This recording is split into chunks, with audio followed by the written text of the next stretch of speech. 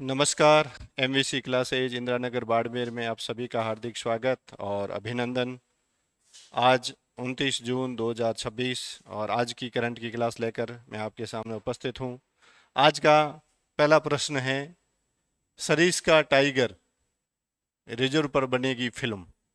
Sariska tiger है, इस पर अलवर का जो सरिस्का टाइगर रिजर्व है और इसमें इस पर जो टाइगर जो अब संकट की स्थिति में आ चुका है, तो ऐसे में उस पर एक जो डॉक्यूमेंट्री फिल्म है वो केंद्र सरकार के द्वारा बनाई जा रही है।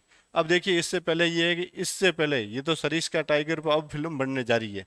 इससे पहले रणथंभौर की जो प्रसिद्ध बागीन है जिसका नाम है मछली, क्या नाम है, मछली, इसकी इस पर पहले फिल्म बन चुकी है। वो कहाँ की है, रणथंभौर।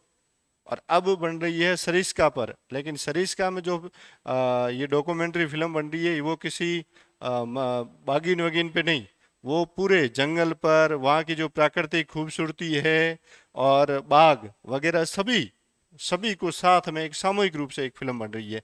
और ये जो पहले जो सरिस्का जो रणथंभौर वाली फिल्म बनी थी डॉक्यूमेंट्री, वो सिर्फ एक मछली, ये बागीन का नाम है, उस मछली पर एक पे ही बनी थी। और साइज सरिस्का टाइगर वाली बनेगी वो जंगल पर, बाग पर और यहाँ के जो प्राकृतिक खूबसूरती है इस पर एक डॉक्यूमेंट्री फिल्म बनेगी। और ये डॉक्यूमेंट्री फिल्म बनाने वाले हैं, एक दक्षिण भारत के हैं, वाइल्ड लाइफ सिनेमेटोग्राफर है जो, और डॉक्यूमेंट्री फिल्म निर्माता है जिनका नाम है सुबैया नल्ला मुथु। ये है, इनको इसकी जिम्मेदारी दी गई है, यानी कि सरिस्का में इस पर, यानी सरिस्का के बाग पर, जंगल पर और उसकी प्राकृतिक खूबसूरती पर फिल्म बनाने के लिए सुबैया नल्ला मथु को जिम्मेदारी सौंपी गई है।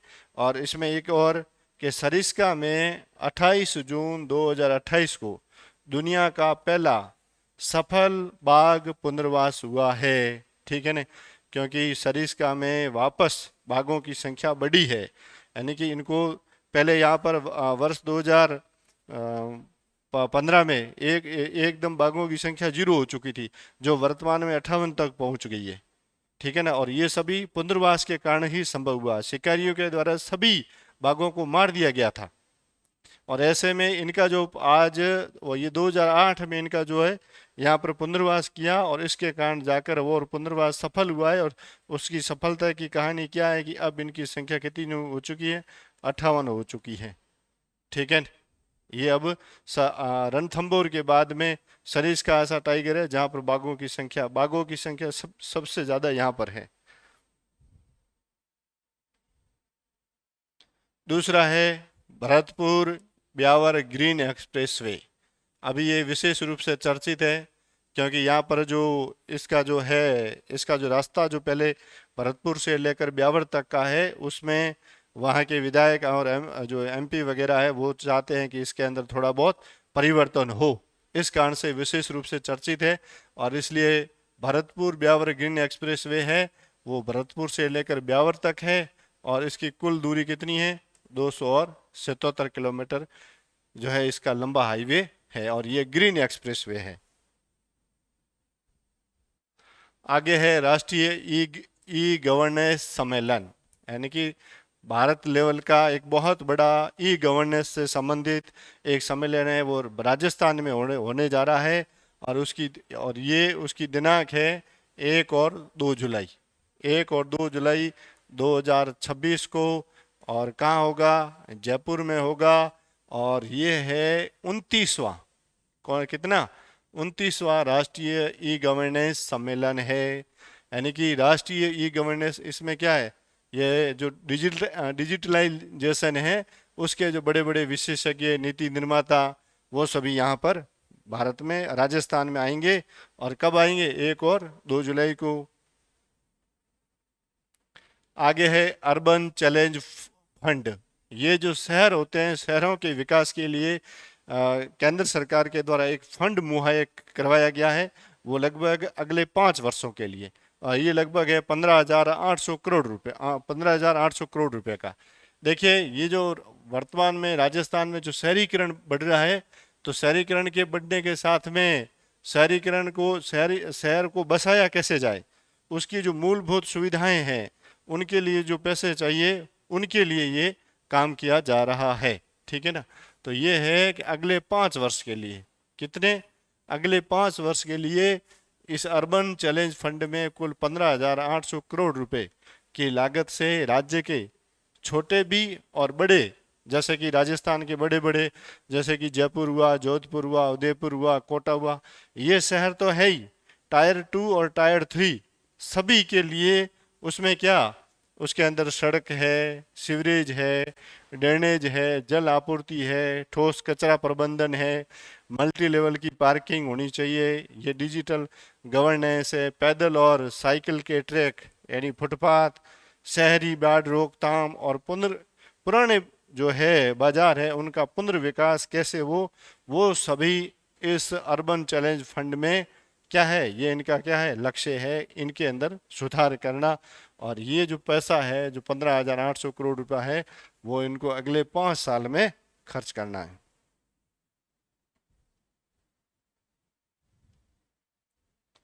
अब देखो इसी योजना में आगे है कि इस योजना का लाभ है बड़े और छोटे शहर सभी के लिए। ठीक है ना। और इसमें जो शहर है, इन शहरों को अलग अलग दर्जे दे रखे हैं, इनका समूह बना रखा है, और इसमें टीयर 2 और टीयर 3 शहर के जो है, वो शहर है वो इस 15,800 करोड़ के जो फंड है उस फंड का फायदा ले सकते हैं।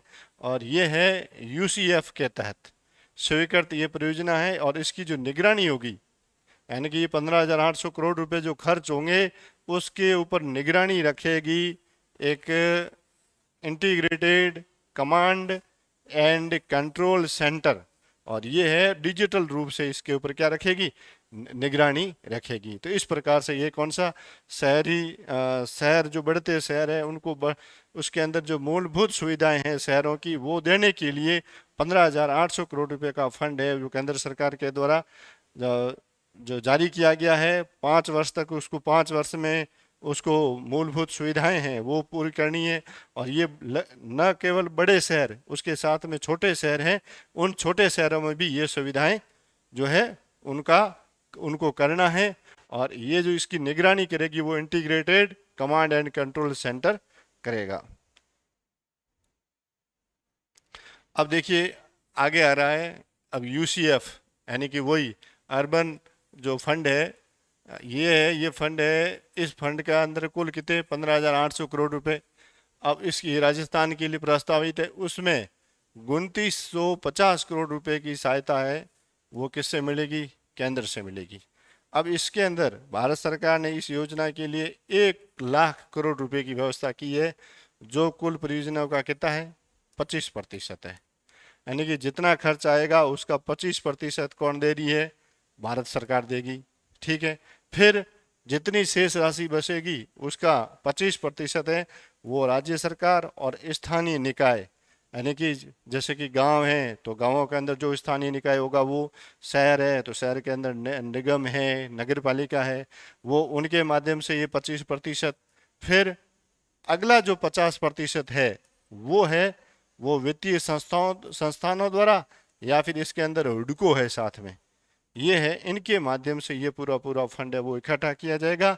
और इनके माध्यम से ये शहरीकरण की मूलभूत सुविधाएं हैं वो करेगी। अब देखिए ये है, ये जो पूरा मामला है वो स्वायत्त शासन मंत्रालय से संबंधित। तो राजस्थान के स्वायत्त शासन और नगरीय विकास मंत्री वो कौन है, तो वो हैं जाबर सिंह खर्रा है।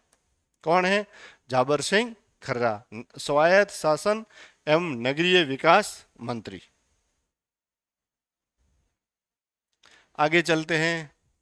कल आज 29 जून है और आज एक बहुत ही महत्वपूर्ण फैसला होने जा रहा है। यमुना जल बंटवारा है, इसको लेकर इस पर जितनी बातचीत होनी थी, इसके अंदर क्या क्या होना चाहिए, कैसे जल आएगा, कितना जल आएगा, वो सभी बातचीत है वो कल तक पूरी हो चुकी है। और आज दिल्ली के अंदर इस पर फैसला आने वाला है, यानी कि इस पर लास्ट MOA, ठीक है ना, ये MOU नहीं है, ये MOA है। ठीक है ना। तो ये है, इस पर हस्ताक्षर होंगे और ये राजस्थान और हरियाणा के जो मुख्यमंत्री है वो है इस पर हस्ताक्षर करेंगे आज। और ये जो फैसला था यमुना जल का जो 1994 का है, उस समझौते के ही तहत इसको आज क्रियान्वयन दिया जाएगा। अब इसके ऊपर हस्ताक्षर करने वालों में कौन होगा? मुख्यमंत्री भजनलाल शर्मा और हरियाणा के मुख्यमंत्री नायब सिंह सैनी। अब देखो इनके साथ में भारत के गृह मंत्री अमित शाह भी मौजूद रहेंगे, तथा जल से संबंधित है तो जल शक्ति मंत्री वो भी वहां पर रहेंगे, लेकिन साइन ये दोनों करेंगे, भजनलाल शर्मा और नायब सिंह सोनी करेंगे। अब ये जो एग्रीमेंट है, इस एग्रीमेंट के तहत राजस्थान को पानी कितना मिलेगा? 1917 क्यूसेक, ठीक है ना, 1917 क्यूसेक पानी मिलेगा। और इसके लिए जो व्यवस्था की गई, ये पानी आएगा उसके लिए जो पाइप वगैरह है उसकी जो व्यवस्था की जा रही है, उसकी जो लागत होगी ना, वो होगी 33,379 ठीक, और 29 लाख रुपए। और इसमें से 2900 करोड़ रुपए तो वो भूमि वापसी पर खर्च हो जाएंगे, क्योंकि जहां से पाइप लाइन वगैरह निकाले जाएंगे, बीच में जो खेत वगैरह आएंगे, उनको जो भूमि वापसी उनके लिए पैसा दिया जाएगा, वो 2900 करोड़ का वो इन्होंने वो फिक्स किया। अब इसके लिए कितनी है? 3 पाइपलाइन निकाली गई है, और जो है कुल कितनी होगी? 3.6 डायामीटर की होगी। तो ये हो गया इस यमुना जल समझौते के तहत। आगे है, ये एक नया है HPV। अब HPV का मतलब क्या है वो पहले समझो, कि ये दोनों राज्यों स्पेशल पर्पज व्हीकल, ये एक कंपनी है जो मतलब यमुना जल समझौते के तहत पानी कितना आया कितना नहीं आया उस पर ये निगरानी करेगी, ठीक है ना। तो इसका जो गठन है, उसके गठन के बिंदु तय हो चुके हैं, और इसका परियोजना का संचालन है वो इस SPV के द्वारा किया जाएगा, ठीक है। पर लेकिन इस परियोजना की जो है ना पूरा पूरा आर्थिक व्यय है वो कौन करेगी? राजस्थान सरकार करेगी, और केंद्र सरकार से इसमें सहायता के लिए कोशिश की जाएगी। अब यमुना जल समझौते के तहत जो अलग अलग बांध है, जिसके अंदर किसायू है, कौन सा? किसायू, लखवार और रेणुका जी, इनसे भी जो आगे जो पानी जो मिलेगा वो भी है, वो इन्हीं पाइपलाइनों के जरिए ही मिलेगा, राजस्थान तक पानी पहुंचेगा। अब ये तो कुछ MOA है, यानी कि राजस्थान की ओर से कौन सा समझौता हो रहा है? मदर समझौता हो रहा है, ठीक है। और इस पर लागू करने के प्रस्ताव पर दोनों राज्य वो सहमत हो चुके हैं। अब देखिए राजस्थान को इसमें कुल कितना? 1917 क्यूसेक पानी मिलेगा हथिनी कुंड से। ये जो हरियाणा का हथिनी कुंड है, वहां से चूरू है ना, चूरू जिला, उसका आशावास तक ये पानी है। ये 3 पाइपलाइनें आएगी, और इसमें प्रत्येक जो पाइपलाइन है वो कितनी होगी? 3.6 डायामीटर की होगी, ठीक है। अब देखिए प्रधानमंत्री का जो एक बहुत ही चर्चित कार्यक्रम है, जिसका नाम क्या है? मन की बात कार्यक्रम। अब ये मन की बात का कार्यक्रम है जो कल रविवार था, और इस रविवार को इसका 135वां संस्करण है वो देश जो है जारी किया गया है। और इसमें प्रधानमंत्री ने देशवासियों को क्या किया गया है? संबोधित किया है। अब प्रधानमंत्री ने इसके अंदर एक विशेष बात कही है, कैच द रन। देखिए पानी की बहुत बड़ी कमी है, और प्रधानमंत्री जी ने कैच द रन अभियान के तहत जल संरक्षण को जन आंदोलन बनाने के लिए बात कही है। तथा आगे जो एक कार्यक्रम है गणेश चतुर्थी का, जो गणेश उत्सव मनाया जाता है, और उस गणेश उत्सव में जो गणेश जी की मूर्ति बनेगी, उसकी जो मूर्ति है वो मिट्टी की मूर्ति बनाने का, यानी वोकल फॉर लोकल बनाने का जो है जो मिट्टी है, मिट्टी की मूर्ति ही लेने का अनुरोध देशवासियों से प्रधानमंत्री नरेंद्र मोदी जी ने किया है। आगे चल रहा है पल्स पोलियो अभियान, और पल्स पोलियो अभियान के तहत इसका जो पोस्टर का विमोचन है कल मुख्यमंत्री जी के द्वारा किया गया है। अब इस पोस्टर की मेन लाइनें क्या, वो देखो, 2 बूंद हर बार, पोलियो पर जीत रहे बरकरार, यानी कि 2 बूंद हर बार पोलियो पर जीत रहे बरकरार। और राजस्थान में जो पिछले 15 वर्ष है, इन 15 वर्षों में कोई भी पोलियो का नया केस नहीं आया है, ये अपने आप में बहुत अच्छी बात है। और भारत है जो भारत को 27 मार्च 2014 को पोलियो मुक्त घोषित कर दिया गया था, ठीक है ना। कब किया गया था? 27 मार्च 2014 को। और ये जो कल अभियान पल्स पोलियो का स्टार्ट हुआ है ना, वो कितने दिन का है? 3 दिवसीय है। इसमें बच्चों को दवाई पिलाई जाएगी वो कितने साल तक के बच्चे होंगे? 5 साल तक के होंगे। पहले दिन यानी 28 तारीख कल थी, उस दिन तो वहाँ पर सेंटर पर दवाई पिलाई गई है, और आज 29 और कल 30, 2 दिन घर घर जाकर इनको दवाई पिलाई जाएगी। आगे है सूजस ई प्रश्नोत्तरी 129। अब देखिए इसके अंदर पहला सवाल है, आज जैसे कि आज हमने यमुना जल समझौते की बात अभी की थी, और ये पहला सवाल ही आज सूजस का यही है कि यमुना जल परियोजना से मिलने वाला पानी राजस्थान के किस विशेष क्षेत्र के सामाजिक, आर्थिक और विकास के लिए अत्यंत महत्वपूर्ण साबित होगा। अब देखिए इसके अंदर राजस्थान का कौन सा क्षेत्र जो क्षेत्र है जो हरियाणा को टच करता है, तो हरियाणा को जैसे कि अलवर और अ, ये शेखावटी का जैसे जिसके सीकर, चूरू, झुंझुनू वगैरह ये है, वो जो हरियाणा के साइड के हैं। तो इसके अंदर और ये जिले हैं वो, उनको हम स्थानीय भाषा में क्या कहते हैं? शेखावटी कहते हैं। तो ये शेखावटी क्षेत्र है ना, उसके लिए ये है यमुना जल समझौता है, उसके इसके जो फायदा है इस क्षेत्र को मिलेगा। आगे है भारतीय संविधान के भाग 4 यानी कि नीति निर्देशक तत्व के किस अनुच्छेद के प्रावधानों के मद्देनजर राजस्थान सरकार ने प्रदेश में समान नागरिक संहिता यानी कि यूसीसी को लागू करने का कदम उठाया है? ये जो अपने जो नीति निर्देशक तत्व है जो समान सभी नागरिकों को समान अधिकार देती है ना, वो कौन से अनुच्छेद के अंदर है? तो वो अनुच्छेद है अनुच्छेद 44। कौन सा अनुच्छेद है? वो अनुच्छेद है अनुच्छेद 44 है, जिसमें कहा है कि सभी नागरिकों को, वो चाहे किसी भी धर्म के हो, उनके लिए सभी के लिए समान कानून लागू होगा, एक देश एक कानून, ये इसका मेन मकसद है।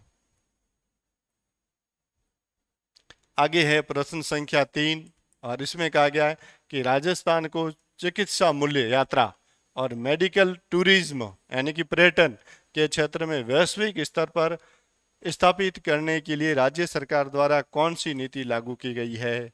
अब देखिए ये नीति है हिल एंड राजस्थान नीति 2025, और इसका आगे ये जो है वैल्यू एंड ट्रेवल, ठीक है ना, करके ये इस नीति का पूरा नाम है। और ये आपका इसका उत्तर क्या होगा? ये तीसरा इसका पहला उत्तर होगा।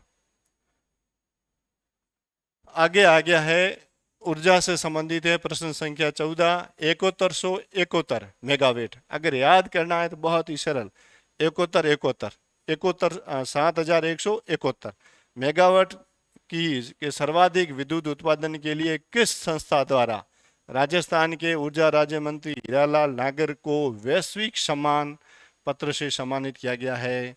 तो ये कब है जो गत दिनों जो है ये पुरस्कार दिया गया था, मल्टीनेशनल बुक ऑफ रिकॉर्ड्स जो है उसके द्वारा दिया गया था। और ये उत्पादन जब से राजस्थान के अंदर निगम बने हैं ना, वो निगम बने उस दिन से लेकर आज दिन तक कुल बिजली का उत्पादन वो है वो 7171 हुआ है, जो रिकॉर्ड उत्पादन है, और इसके लिए इनको ये सम्मान दिया गया है। अगला प्रश्न है प्रश्न संख्या 5, पंच गौरव योजना में एक जिला एक उत्पाद के तहत भीलवाड़ा जिला का उत्पाद कौन सा होगा? देखिए भीलवाड़ा में मुख्य रूप से किसका उत्पादन ज्यादा होता है? कपड़े का। कपड़े का मतलब कपड़े से संबंधित उसकी रंगाई, छपाई वगैरह, उसका जो ट्रेंड है वो सबसे ज्यादा भीलवाड़ा में। और कपड़े का जो उत्पाद है या कपड़ा है, कपड़ा उत्पादन होता है, उसको क्या कहते हैं? टेक्सटाइल उत्पाद कहते हैं। और इसी कपड़े के व्यवसाय के लिए भीलवाड़ा को भारत का मैनचेस्टर कहते हैं। क्या कहते हैं? भारत का मैनचेस्टर। वो किसे कहेंगे? वो कहेंगे भीलवाड़ा को। ठीक है, इसी के साथ में आज की ये प्रश्नोत्तरी है और आज का जो सूजस ई बुलेटिन वगैरह पूरा होता है। आप सभी का शानदार सपोर्ट, उसके लिए धन्यवाद।